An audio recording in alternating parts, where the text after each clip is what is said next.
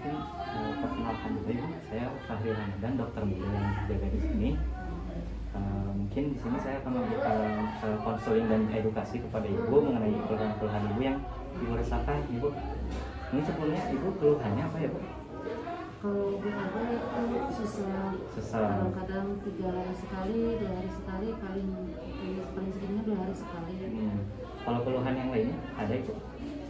Ya kadang-kadang ya sakit kepala. Sakit kepala. Lagi sakit kepala yang lagi parah sakit kepala. Kalau terakhir tensinya berapa ya? Terakhir itu 156. 156. Kalau tadi yang tadi di ya ibu, di sini kan berdasarkan dari datanya ibu tuh ada penyakit darah tinggi, ya ibu, hipertensi. Mungkin ibu sebelumnya udah pernah tahu tentang darah tinggi itu apa bu? Belum pernah. Ini saya akan jelasin sedikit ya bu. Jadi kalau dari hipertensi itu kan berarti ketika tekanan darahnya naik, kan itu kan sebenarnya tekanan darahnya 150, sudah di 40 naik. Di sini mungkin saya akan menjelaskan beberapa tentang dari faktor risiko terlebih dahulu ibu. Nah, dari faktor risikonya ini dia itu ada yang tidak dapat diubah sama ada yang dapat diubah ya. Kalau yang tidak dapat diubah seperti dari umur, dari jenis kelamin, dari riwayat keluarga. Kalau ibu di riwayat keluarga ada yang punya hipertensi juga? Enggak. Nggak ada. Kalau ayah, ibu, bapak? Ada. Nah, itu kemungkinan turunan gitu ibu dari bapak. Dan juga ada faktor risiko yang dapat diubah seperti salah satunya dari pola makan yang buruk. Dia ibu jarang makan buah-buahan dan sayur-sayuran, terus konsumsi garam yang berlebih, terus juga berat badan yang kegemukan bisa. Terus misalkan ibu kalau di rumah aktivitasnya apa bu pekerjaannya? Di konveksi. Mungkin juga karena dari faktor keseharian ibu yang kurang, jadi kurang aktivitas gitu, kurang olahraga ini bisa. Juga biasanya disebabkan juga karena stres pekerjaan atau pekerjaan di pabriknya maupun di rumah, seperti itu ya bu. Nah, dari gejala-gejalanya ini tadi ibu kan pertama mengeluh sakit kepala ibu. Nah, salah satu dari gejala hipertensi itu sakit kepala. Tapi biasanya umumnya kalau misalkan hipertensi itu masih belum terlalu tinggi, biasanya memang nggak bergejala, jadi nggak terasa gitu ya bu. Nah, selain itu juga dari gejala-gejalanya itu ada jantung yang berdebar ya bu, sama rasa sakit di dada. Ibu sesak nih bu ya? Gelah, sesak enggak? Cepet capek gitu? Enggak, gelah, sampai kesemutan juga? Sampai kaki-kaki pegel Oh. sampai keluar biru-biru. Oh, sampai biru-biru gitu. Ibu kalau di pabriknya itu kerjanya ngapain bu? Bagian apa? Finishing. Jadi konveksi finishing itu kan kayak ngecek. Jalan-jalan mengambil barang. Oh. Ya. Berdiri, Ya, kelamaan berdiri. Nah, seperti juga kan tadi salah satu yang bisa bikin mudah lelah nih bu. Dari gejala-gejala dari hipertensi ini. Nah, terus gimana cara mengendalikan dari penyakit darah tinggi ini? Jadi ada rumusnya itu patuh. Itu yang pertama tekniknya itu adalah periksa kesehatan secara rutin dan ikuti anjuran dokternya.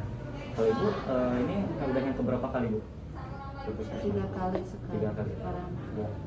Bagus ibu, berarti kan udah secara rutin kontrol dari keluhan ini. Ya, terus juga atasi penyakit dengan pengobatan yang tepat. Ibu sudah dikasih obat kan ibu kalau setiap ke dokter? Dihabisin dok obatnya? Nah, berarti ibu udah mulai mengendalikan dari hipertensi ibu ini. Selain itu juga tetap diet dengan gizi seimbang. Tadi salah satunya itu makan buah-buahan, sayur-sayuran, sama mengurangi asupan garamnya. Ibu sama kalau itu makan sayur seperti daun singkong, kacang, goyang itu malah sakit. Nah, pegel-pegel. Nah, kalau itu kemungkinan bisa karena penyebab jadi malah penyakit ke yang lainnya ya. Jadi kalau misalkan ibu memang ngerasa buah-buahan yang kacang-kacangan ibu tadi kan sama singkong yang daun hijau itu dikurangin aja nggak apa-apa. Tapi ibu lebih ke seimbangin juga ke buah-buahannya sama dikurangin dari asupan garamnya. juga upayakan aktivitas fisik yang aman. Jadi setiap pagi mungkin ibu sebelum berangkat aktivitas kerja pemanasan dulu gitu bu istilahnya ya, sama hindari asap rokok, alkohol dan gas tersendiri sama ibu juga jangan lupa untuk tetap berpositif thinking biar nggak stres karena pekerjaannya juga pekerjaan ini. Jangan kencing gitu. Ya boleh. Ini buat yang ditanyain dulu. Udah Ya, cukup kan? Ya. Mungkin kalau tadi ibu sering makan ini yang sama daun singkong sama kacang jadi ya. nyeri sendi. Jadi malah sakit kepala ini tuh sakit banget ya kalau makan Ya. kacang, kalau makan daun singkong gitu. Yang kepala di sini sampai sini tuh sakit. Ya. Kalau Itu gitu harus sakit. dikurangin aja ya bu. Takutnya malah jadi ke penyakit yang lainnya. Kurangin. Ada lagi? Udah makasih. Mungkin kalau tidak ada yang tanya lagi, terima kasih banyak ya Bu. Mohon maaf kalau misalkan salah penjelasannya, kasih banyak yang kekurangannya. Iya, Ya. Mungkin mau diisi dulu ya. Oh iya. Assalamualaikum warahmatullahi wabarakatuh. Perkenalkan ibu-ibu, bapak-bapak semuanya, nama saya Sahri Ramadan, saya dokter muda dari Asal Misbah. Di sini saya akan melanjutkan edukasi yang berkaitan dengan tuberkulosis tadi, yaitu mengenai etika batuk dan bersin. Nah, jadi dalam kehidupan sehari-hari kita kan perlu yang namanya tata krama maupun etika. Nah, salah satunya juga dari hal batuk pun kita mempunyai etikanya. Kenapa harus ada etika batuk ini? Karena batuk ini bisa menjadi cara penularan penyakit yang virus atau bakterinya itu menyebar melalui udara. Makanya perlu ada etika batuk ini untuk mencegah terjadinya penularan virus maupun bakteri yang berada di udara. Nah, etika batuk yang pertama itu bisa dengan cara menggunakan masker. Seperti yang semuanya pakai kali ini ya. Alhamdulillah semuanya menggunakan masker karena selain mencegah penularan virus COVID-19 yang sedang terjadi kali ini, itu juga bisa mencegah penularan dari virus maupun bakteri yang lainnya.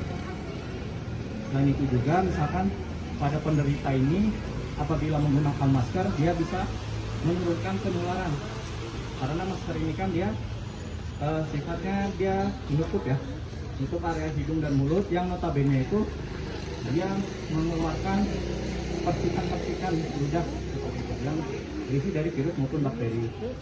Nah, yang kedua apabila nggak menggunakan masker, bisa dengan cara menutup mulut dan hidungnya ini menggunakan bagian lengan atas dalam. Jadi menggunakan bagian ini ya Bu, misalkan batuk ditutupnya seperti ini ya. Kenapa harus seperti ini? Karena kan kalau yang sekarang kan mungkin kan refleksnya kalau misalkan batuk maupun bersin ditutupnya pakai tangan gini. Nah itu nggak boleh. Kenapa? Karena nanti percikan-percikan yang dihasilkan dari mulut maupun hidung yang berisi bakteri maupun virusnya itu nanti bisa nempel di tangan. Nah kita kan biasanya kalau udah batuk atau bersin gitu di tangan, kadang-kadang suka lupa buat cuci tangan lagi selanjutnya. Nah nanti virus-virus maupun bakteri-bakteri yang ada di tangan kita ini malah menyebar ke semua orang dengan cara bisa salaman atau bersentuhan seperti itu.